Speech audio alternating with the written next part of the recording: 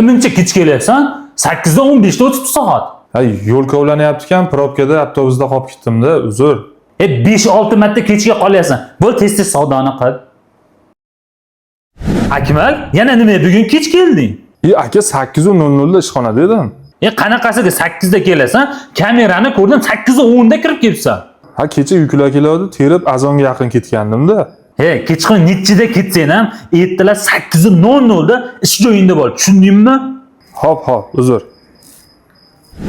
Anvar aka, oyligim 4,5 million edi. 3,630,000 chiqibdi-yu, nimaga? Bir oyda 11 kun kechga qolsan. 7 minut, 8 minut, 15 minut, 18 minut kech kelsa, mana kompyuter hisoblab oyligingni o'shab qoldi. Shuncha kam chiqqan. Aka, ajoyib-ku. 7-8 minut kech qolganimga oylikdan shuncha o'shab qolasizmi?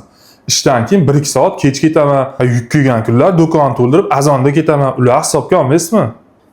Menga umuman qiziq yo'q nechida ketishing. Sen aytilgan vaqtda 8:00 da kelib qo'ygin, o'shanda oyliging to'liq chiqadi. Aka, jinni nohaqlik bo'lyapti hozir. Men bilan talashma. Bizning ishxonamiz qonun qoidasi shunaqa. Aka, unaqa qilgan bo'lsalar ishlamay qo'yaraman tinchgina. Ishlamasang ishlama.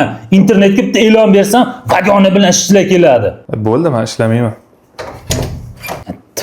Yo'q.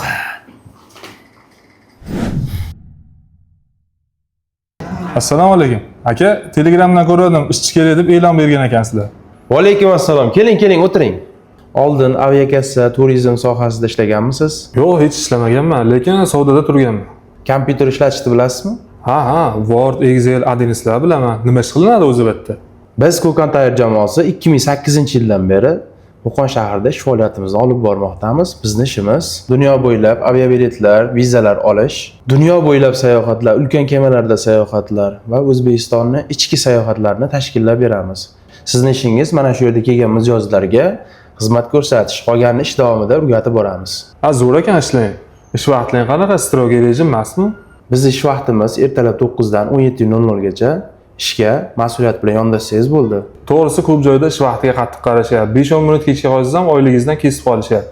Sizlarda yaxshi ekan, o'shanga so'ragandim. Qachondan ishlasam bo'ladi? Xohlasangiz hozirdan boshlashingiz ham mumkin.